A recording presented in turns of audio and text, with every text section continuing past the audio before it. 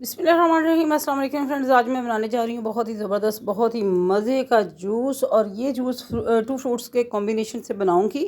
और ये जूस जो है फ्रेंड्स बहुत ही ज़बरदस्त है, हेल्थ के पॉइंट ऑफ व्यू से बहुत अच्छा है। पीच और एप्रिकॉट का जो जूस है वो मैं बनाने जा रही हूँ। जिसके लिए लिए हैं मैंने 2 अदद पीच ले लिए हैं, और एप्रिकॉट जो है तकरीबन 3 से 4 अदद जो हैं, इनकी गुठलियाँ जो है वो मैंने निकाल के रख ली हैं।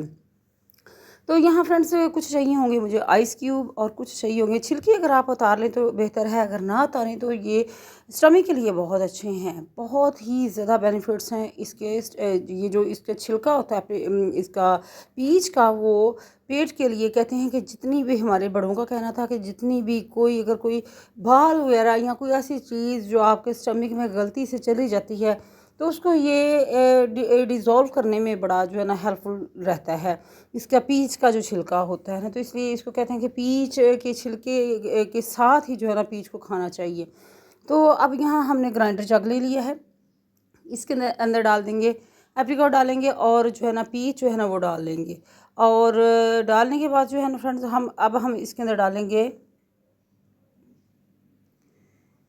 अब हमने इसके अंदर शामिल करनी है आइस क्यूब शामिल करेंगे। 2 टेबल स्पून जो है इसमें जाएगी, और इसमें हम शामिल करेंगे थोड़ा सा पानी, तकरीबन 1 गिलास के जितना पानी शामिल करेंगे। कुछ लोग इसमें सोडा वाटर का भी इस्तेमाल करते हैं, लेकिन बिल्कुल मैं आपको नहीं ये रिकमेंड करूँगी कि आप इसके अंदर जो है ना कोई भी, किसी भी किस्म का कोई सोडा वाटर जो है ना वो डालें, क्योंकि केमिकल वाले जो है ना जितने भी सोडा वाटर हैं इनसे इतना ही करना चाहिए। और कोशिश करनी चाहिए घर में फ्रेश जूस जो है वो खुद भी पिएँ, बच्चों को भी पिलाएँ। थोड़ा सा काला नमक जो है, पिंक सॉल्ट, या इसको जो भी आप कहें, ये टेस्ट को इन्हेंस करने के लिए बहुत ज़बरदस्त होता है। जूस हमारा यहाँ बन के रेडी हो चुका है।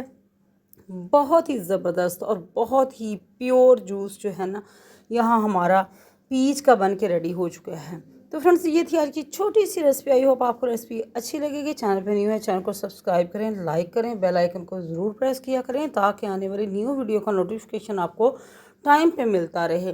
तो फ्रेंड्स, अपना ख्याल रखिएगा और मुझे दुआओं में याद रखिएगा। अल्लाह हाफिज़।